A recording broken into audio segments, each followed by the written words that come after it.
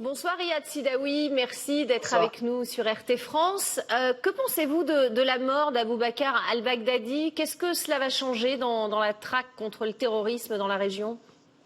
C'est la fin du symbole de Daesh. Abou Bakr al-Baghdadi, c'est le symbole de Daesh, comme Osama bin Laden était le symbole d'Al-Qaïda. Pourquoi? Parce que Daesh a été cassé en tant que structure, a été cassé au Mossoul et à Raqqa en Syrie et en Libye. Rappelons-le, Daesh, qu'est-ce que ça veut dire en langue arabe? C'est Ad-Dawla al-Islamiyya fi al-Iraqi wa al-Sham. Je traduis l'État islamique en Irak et en Syrie. L'objectif stratégique de Daesh, c'est construire un État sunnite fanatique entre la Syrie et l'Irak. Ça veut dire casser les frontières tracées par les colons britanniques et français.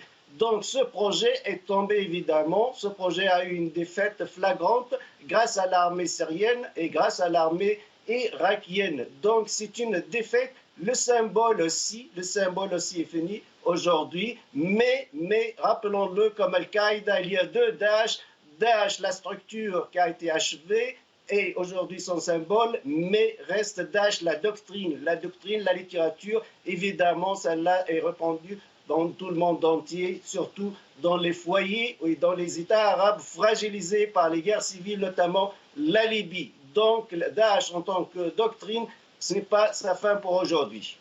D'autant que le porte-parole également d'Abou Bakr al-Baghdadi aurait été tué cette fois par les Turcs. C'est une opération qui a été menée entre les Américains, les Turcs, les Irakiens, comment ça s'est passé, les Kurdes syriens, comment ça s'est passé? Oui, apparemment, le gouvernement irakien a dit qu'il a participé et a fourni les Américains des informations précieuses qui localisent Abou Bakr al-Baghdadi. La Turquie aussi apparemment a donné un soutien logistique, mais la Turquie a été accusée par Joe Biden, quand il était vice-président, d'être un soutien de Daesh. Rappelons-le, Joe Biden, devant ses étudiants à Harvard, à l'université américaine, il a dit clairement nos amis turcs, émiratis, qatariens et saoudiens ont aidé et soutenu Daesh contre le chiite Bachar al-Assad. Donc, on voit bien que la Turquie a changé de stratégie. Le soutien à Daesh, ça lui a coûté cher. Nous savons aussi que tous ces terroristes qui viennent du monde entier et entassés en Syrie et en Irak, ils sont passés obligatoirement par les frontières turques, donc les services secrets turcs sont au courant, mais aujourd'hui, apparemment, la Turquie a changé du camp et a laissé Daesh une fois pour toutes. Parce qu'effectivement, la maison qui avait été localisée par les Irakiens se situait près de la frontière turque, dans la province d'Idlib. Il y a aussi cet accord entre la Turquie et la Russie, trouvé dans cette zone tampon d'où les Kurdes se sont retirés. La concomitance de ces deux événements ont-elles un lien, selon vous?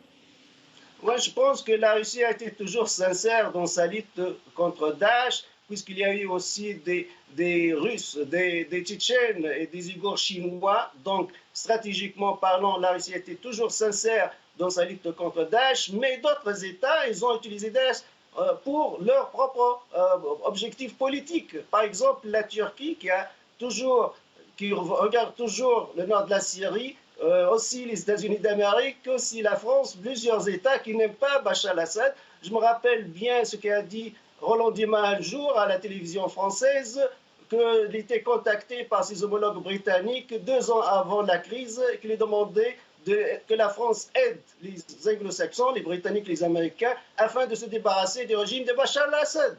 Donc là, c'est un ministre des Affaires étrangères qui explique bel et bien qu'il y avait toujours ce plan. Donc, puisque le mal et le méchant, c'est Bachar al-Assad, pourquoi pas les terroristes de Daesh ou d'Al-Qaïda jouent un rôle. Rappelez-le aussi, Roland Fabius qui a dit Al-Nusra a fait un excellent travail en Syrie. Alors Al-Nusra, c'est la branche d'Al-Qaïda, c'est Al-Qaïda en Syrie. Donc il y avait un objectif, c'est casser le régime syrien, mais le régime syrien est encore debout, aujourd'hui plus solide grâce au soutien russe évidemment, et iranien et d'autres pays. Alors la donne a changé totalement. Aujourd'hui, je pense que c'est la défaite du grand projet contre la Syrie. Merci Riyad Sidaoui d'avoir répondu à nos questions sur RT France.